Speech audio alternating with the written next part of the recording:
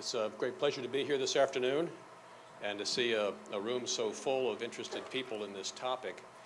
I am a managing director of Citi Private Bank based here in Los Angeles. And Citi is a global business, as you would understand. We have many colleagues in faraway places, and many of our clients here actually have families in Asian countries, and we take care of them here just as we would expect our clients here with families over there to be treated the same way.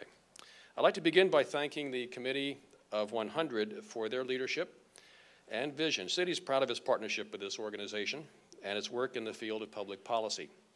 We share common constituents both here in the U.S. and in China. Citi's been in China for over 100 years, and we have a rich history of working with Chinese Americans in the United States. In an increasingly global economy, financial services companies like Citi have much to learn by engaging with global organizations, such as the Committee of 100.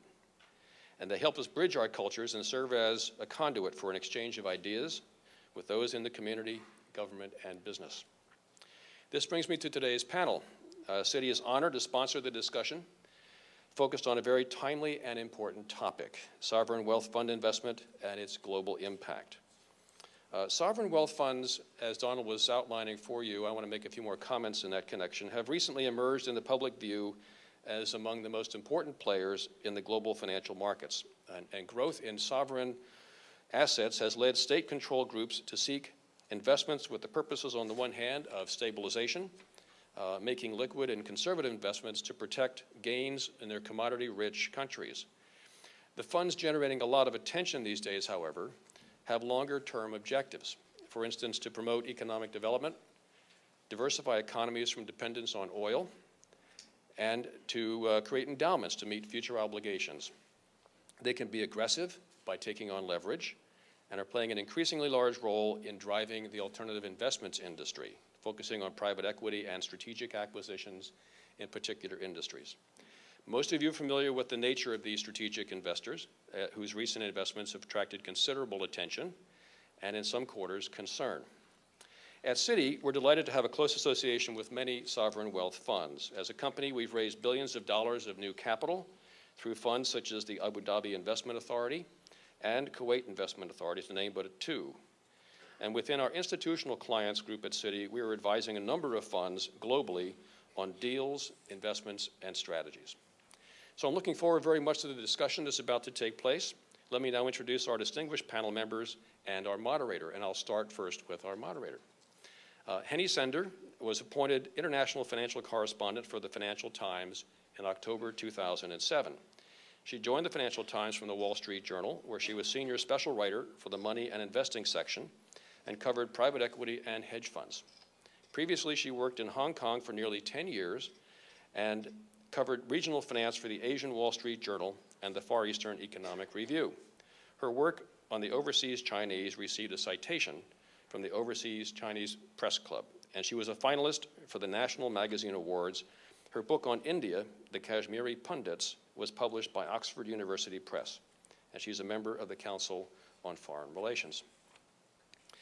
Richard Clarita is Executive Vice President and Global Strategic Advisor with PIMCO. From 2001 to 2003, Mr. Clarita served as Assistant Secretary of the Treasury for Economic Policy, a position that required nomination by President Bush and confirmation by the U.S. Senate. In that position, he served as Chief Economist for the Treasury Department, reporting directly to the Treasury Secretary and advising him on a wide range of economic policy issues, including the U.S. and global economic prospects, international capital flows, corporate governance, and the maturity structure of U.S. debt. In 2003, Mr. Clarita received the Treasury Medal in recognition for his record of outstanding service to the Treasury Department. Mr. Clarita presently teaches at Columbia, where he is the C. Lowell Harris Professor of Economics.